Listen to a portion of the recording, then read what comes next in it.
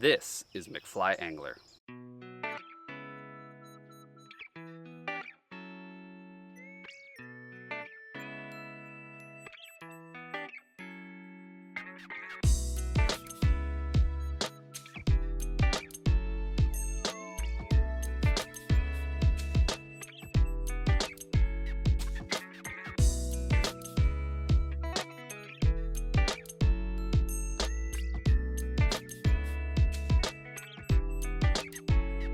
And it starts now.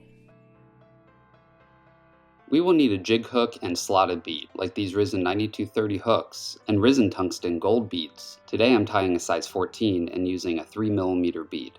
The best way to put the bead on the hook is to leave the bead in your hand and bring the hook point to it. Place the hook and bead securely in your vise. Also note here, there is a correct way for the bead to be oriented. It won't seat properly on the jig bend of the hook if it's not going the right way. There we go, that's the correct orientation. For added weight, let's add some of this lead-free wire in 0.015. Now, you could use lead wire if you want, but lately I've been trying to get away from using lead for my own health and the health of our rivers. I like adding about 6 to 7 wraps for this size fly. This lead-free wire is a bit more stiff and harder to work with, but with some effort it will work just the same as lead wire. Okay, once you make the wraps, it's a good idea to add a drop of super glue before pushing up against the bead.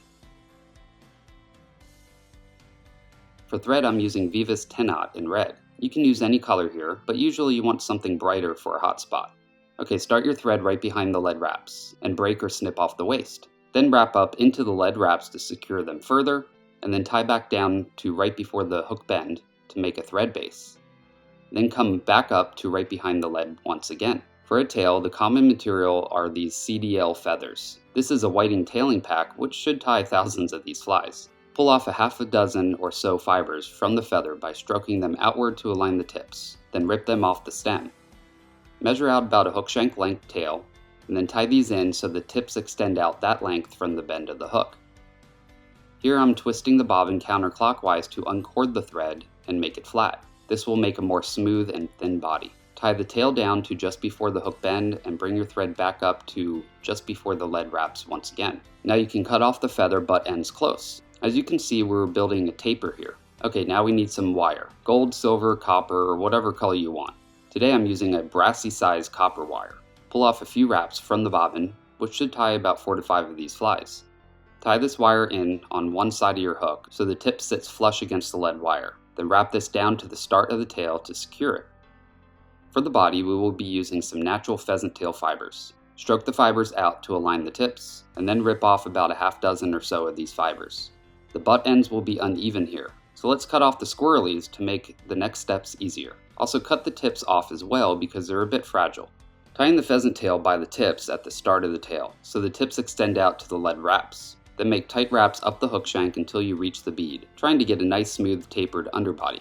The pheasant tail fibers can be fragile, so I like adding a bit of super glue on the underbody to keep this fly together through multiple fish strikes. Pull the fibers up and stroke them till they lay flat. Then start making wraps up the hook shank covering the entire underbody. Try to get these to lay as flat as possible, where there aren't any of the fibers crossing. Now this is hard to do, so just do your best and don't sweat it too much.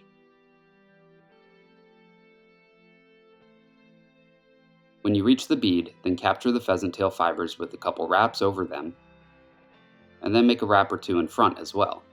Then cut off the waist. Now let's start counter wrapping the wire. This will help keep the body more durable as the wire puts more points of contact with each pheasant tail strand. You want this ribbing fairly wide, so make open spiral wraps. To capture counter wrapped wire, you will want to bring your thread around the wire and change direction while tying. Oops, I messed up there. The camera being very close makes for very little room. Sorry about that, guys. There we go. The wire is captured, and the thread is going the opposite direction. Make a few wraps that direction over the wire, and then use the wire once again to change direction of the thread. Then you can simply helicopter the wire off flush. Now we need some dubbing. Really, any of the colors here will work. In fact, any color not here also. It's up to you. I like this flashy dubbing called Diamond Bright, but you can use anything you want. Today I'm using pink.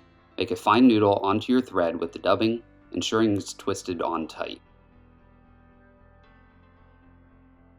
Then start wrapping a dubbing collar on the fly. Now this collar should be fairly small, not covering too much of the body, but definitely pronounced enough to stick out past the bead width. Now make multiple wraps in front of the collar to form a hot spot with your thread. Then whip finish the fly, and your fly is now finished. For added durability, I like adding a brush of this Solarez ultra thin resin on the whip finish. My whip finishes usually end at the bottom part of the whip finish, so I turn the fly over here and paint along the knot like so. Once cured with your UV light, the fly should stay durable through multiple fish strikes. And there we have it, the Frenchie. A very simple and quick pattern to tie that is very, very effective. It's similar to a pheasant tail, but in my opinion, much quicker and easier to tie. It's a common pattern for the Euro nymphing technique because of the use of a jig hook and heavy tungsten bead, but you could fish this under an indicator as well. It gets down quick, and the jig hook will help reduce snags on the bottom when fished very deep. Let me know in the comments section below what colors you tie this fly in. As you all know, I have gotten you all discounts from both www.risenfly.com and www.dooliesflyfishing.com. Doolies offers great prices on all of the name brand fly tying materials, and Risen Fly manufactures their own hooks, rods, reels, and other gear for fly fishing. Their products are top quality, and best of all, they are priced very reasonably. Not only are the prices at these two shops great, but like I said, they are offering all of my subscribers a discount. So use McFly at checkout when ordering from either of these shops, and you will get an additional 15% off of their already great prices. I want to also thank all of my Patreons who support me.